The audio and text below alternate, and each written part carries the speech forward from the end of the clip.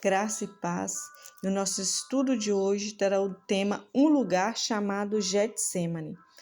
E a palavra que vamos estar meditando está lá em Mateus, no capítulo 26, a partir do verso 36. Então, chegou Jesus com eles a um lugar chamado Getsêmani e disse aos seus discípulos: Assentai-vos aqui enquanto vou além orar.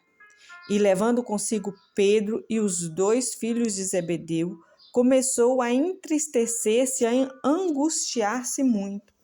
Então lhe disse: A minha alma está cheia de tristeza até a morte. Ficai aqui, vigiai comigo. E indo um pouco adiante, prostrou-se sobre o rosto, orando e dizendo: Meu Pai, se possível, passa de mim este cálice. Todavia, não seja como eu quero, mas como tu queres. E voltando para os seus discípulos, os acharam adormecidos e disse a Pedro: Então, nem uma hora pudeste vigiar comigo? Vigiai e orai, para que não entreis em tentação. Na verdade, o espírito está pronto, mas a carne é fraca. E indo segunda vez, orou dizendo: Meu Pai, se este cálice não pode passar de mim sem eu beber, faça-se a tua vontade. E voltando-se, achou-os outra vez adormecidos, porque os seus olhos estavam carregados. E deixando-os de novo, foi orar pela terceira vez, dizendo as mesmas palavras. Então chegou junto aos seus discípulos e disseste: Dorme agora e repousai. Eis que é chegada a hora, e o Filho do Homem será entregue nas mãos dos pecadores. Levantai-vos, partamos, e eis que é chegado o que me traz. Amém, né? Glória a Deus. Há um lugar em nossa jornada espiritual que nenhum de nós pode evitar. Não é palco, aplausos, não é um cenário de vitórias visíveis, de milagre, mas é um lugar silencioso, um lugar escuro, apertado, onde a alma geme e o espírito trava sua maior batalha. Este lugar se chama Getsêmani. Foi ali que Jesus viveu os momentos mais decisivos antes da cruz, antes da ressurreição, antes do cumprimento do seu propósito. Porque Getsêmani é o terreno onde a vontade humana morre para que a vontade de Deus viva. Getsêmani não é um lugar físico apenas, é um processo, é uma travessia, é uma moagem da alma, onde Deus trata não com o que fazemos, mas com quem somos. E é o vale onde a vontade humana é quebrada para que a vontade de Deus seja estabelecida em nossas vidas. E Jesus ali, né, ele no Getsêmani ali, ele se tornou ali, teve uma dor profunda ali, uma profunda tristeza ali, e ele orou naquele momento dizendo, né, Pai, se possível, passa de mim este cálice, contudo não seja como eu quero, mas como tu queres. E aqui nós entendemos algo profundo, que a maior vitória de Jesus, ela não começou na cruz, ela começou ali no jardim. A cruz foi a consequência da rendição. O Getsêmani foi o lugar da decisão. E hoje, muitos estão vivendo no seu próprio Getsêmani, pessoas enfrentando crises emocionais que ninguém entende, crises espirituais que esgotam a alma, enfermidade que enfraquece o seu corpo, lutas internas que ninguém vê, pressões na mente, problemas familiares e batalhas silenciosas. Mas Deus manda nos dizer nesse dia que Ele está no controle de todas as coisas, que nada sai do controle do Senhor. O que nós chamamos de dor, o Senhor chama de processo. E Getsêmani significa prensa de azeite, lugar onde as azeitonas eram pressionadas até liberar o óleo, né? Ou seja, é um lugar de pressão, mas também é um lugar de produção. É assim, e assim Deus faz conosco, né? Ele usa momentos de aperto para extrair de nós aquilo que parece que só aparece quando somos pressionados. Há um óleo sendo liberado das nossas vidas, há uma unção sendo produzida em meio às lutas. Há maturidade surgindo na dor e há um propósito nascendo no escuro. E o Getsemane, ele é um lugar onde Deus nos esmaga para extrair o óleo da unção que está em nós. Ninguém carrega o azeite sem antes passar pela prensa. Ninguém vive o propósito sem antes vencer a própria vontade. E ninguém enfrenta a cruz sem antes vencer o seu próprio eu. Eu não sei o que você tem vivido, o que você tem passado, qual é o seu Getsemane que você tem passado, mas aguenta firme, porque nesse processo você vai vencer, porque temos que passar o processo para viver o propósito que o Senhor tem para as nossas vidas. E Jesus ali, ele viveu a solidão do Getsemane. Ele levou ali os seus discípulos, mas ninguém ficou acordado com ele. Ele falava, vigiai e orai, né? E quando ele ia ali orar, ele voltava, eles estavam ali adormecidos. E isso nos ensina que há processos que são individuais, há batalhas internas que ninguém pode lutar por nós. Há dores que só Deus entende. Momentos em que você clama e parece que ninguém percebe o peso que está sobre os seus ombros. Mas o Pai, ele vê, ele conhece. O Pai, ele entende cada suspiro seu. Getsemane também é lugar da sinceridade.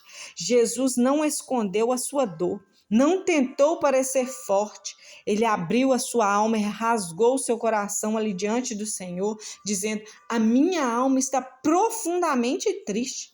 Getsemane é onde tiramos as máscaras e mostramos a verdade, a dor, o cansaço, o medo, a exaustão. É neste lugar da verdade que Deus derrama força sobre as nossas vidas, porque onde há rendição, há vitória, e onde há entrega, há transformação. O Getsemane é um lugar da oração mais poderosa que existe, que não seja como eu quero, mas como tu queres. É um lugar de entrega, né? Que seja feita a vontade do Senhor, porque nós sabemos que a vontade do Senhor ela é boa, ela é agradável e ela é perfeita. Quem não suporta o processo, não vive o propósito que Deus tem para a sua vida. Quem foge do jardim nunca chega na ressurreição. Quem abandona o processo nunca veste a promessa. O processo, ele dói, mas ele prepara.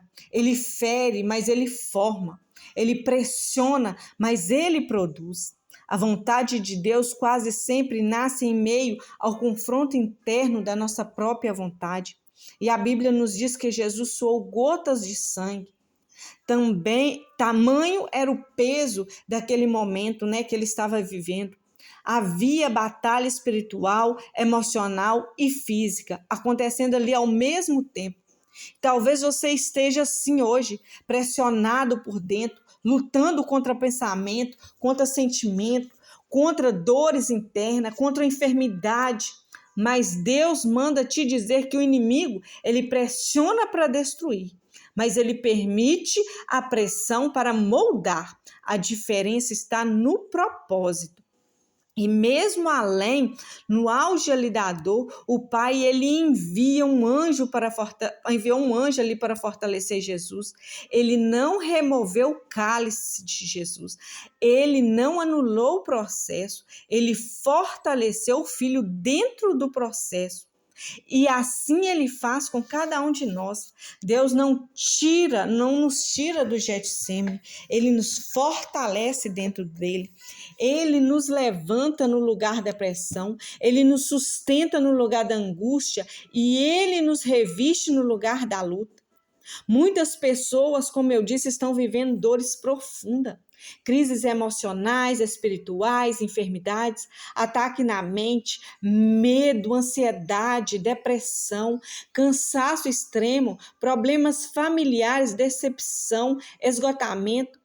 Mas Deus nos lembra hoje que Ele continua no controle, não saiu do eixo, Ele está no controle de todas as coisas, que nós venhamos descansar no Senhor, entregar tudo nas mãos do Senhor.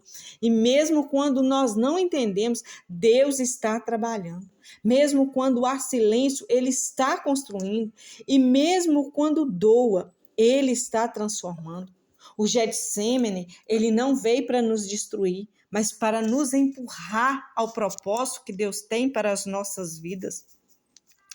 E este Getsêmani que você está vivendo não é o fim, é o início. Deus está fortalecendo a sua alma, há um óleo sendo liberado sobre a sua vida, há uma unção sendo produzida na sua dor, o seu choro está gerando maturidade, a sua luta está criando autoridade, a sua renúncia está abrindo espaço para um novo nível espiritual.